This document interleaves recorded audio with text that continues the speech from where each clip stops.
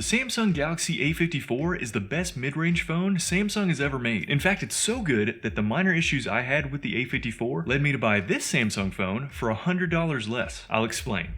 Is the A54 fast? Yes, even though it isn't running top-tier hardware, it still performs very well in everyday use. Its Exynos 1380 processor paired with 128 or 256 gigs of UFS 3.1 storage and 6 or 8 gigs of LPDDR4X RAM make opening apps, navigating the interface, and unlocking with the in-display fingerprint sensor pleasingly snappy. You can see it slow down a little with more intense tasks like playing demanding games at higher settings or even just switching between camera modes, but it generally performs nicely as the 3D Mark Wildlife and Geekbench scores show. These scores aren't close to devices like the Pixel 6a or 7a, or flagship killers like the Poco F4 and F5. Oh, and it's easily beaten by the scores from this Samsung phone, but the A54 manages heat extremely well, as the CPU throttling test and the wildlife stress test show. How's the screen? The A54's 6.4-inch AMOLED display, running at 120Hz with a peak brightness of 1000 nits, looks really nice. It's certainly easy to view outdoors on a sunny day, and with a full HD Plus resolution, it looks sharp too. I don't really like the large bezels, which are comparable to the Pixel 6a and much worse than this mystery Samsung phone. That shouldn't be a deal breaker though. The touch sampling rate of 240Hz is pretty standard and not as impressive for gamers as something like the Poco F4's 360Hz rate. Thankfully, it does have a premium feel and good protection with Gorilla Glass 5 on both the display and the back, unlike the 6a with its Gorilla Glass 3 and plastic back. What about the cameras? The A54 can't beat the Pixel 6a, but it still does a good job most of the time. Here are a lot of camera samples, and generally the A54 performs just fine.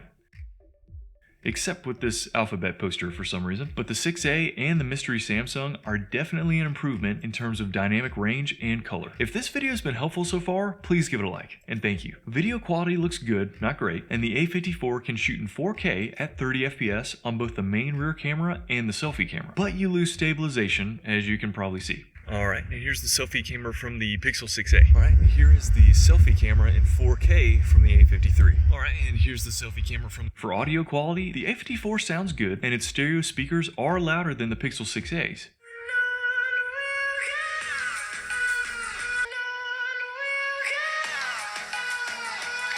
But not quite as loud as the mystery Samsung.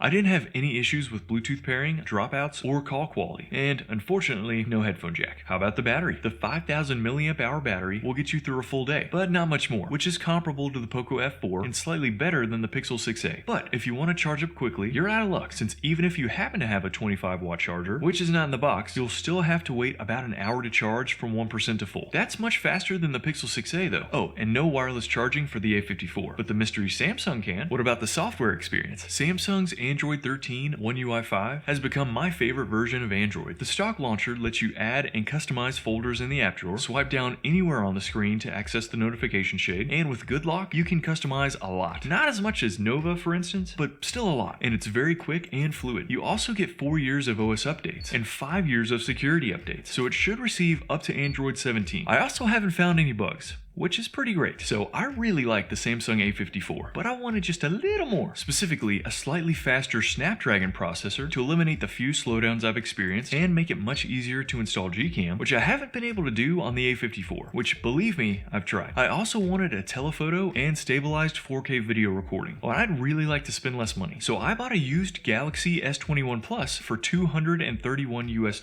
and it's almost exactly what I was looking for. An overall improved camera system with a telephoto and 4K stabilization, great options for Gcam ports, and it runs so smoothly, with better performance across the board. Almost. Battery life is about the same, charging speed is very close, speakers are a little louder and more full on the S21, and the only disappointment is that the S21 screen is not quite as bright as the A54, but it's larger, with smaller bezels. You might be thinking, what's the catch? There's actually two. The first is that the S21 Plus will not receive as many Android updates, since at the time of recording, it launched more than 2 years ago. Second is that it's a used phone, and that means there could be issues with shorter battery life, some scratches and scrapes here and there, and a loss of its IP rating after wear and tear or refurbishment. Typically, the more you pay, the better the device's condition, and I would say that this recommendation applies to the S21 FE as well, since they're very similar phones. Oh, and in the States, the S21 series uses the fast but hot Snapdragon 888 processor, so you'll see some thermal throttling. So whether you prefer the used flagship or the new mid-range, both Samsung phones are impressive. And if you think the Samsung A54 is the right phone for you, you should check out Wireless Place, since they have Samsung devices as well as phones from Google, OnePlus, Motorola, and more. I've bought a few phones from Wireless Place, and they always ship fast and internationally, have great prices, and offer brands that you can't find in carrier stores. Please use my discount code PC10 when you check out, if you want to support the channel or just want to save a little money. A link to the site is in the description. Please subscribe if you want to see more content like this, and check out my Text Now versus Text Free review right up here if you're looking for a free phone plan in the US. Please comment with any questions you might have, and I will answer them perfectly, in great detail, at considerable personal expense.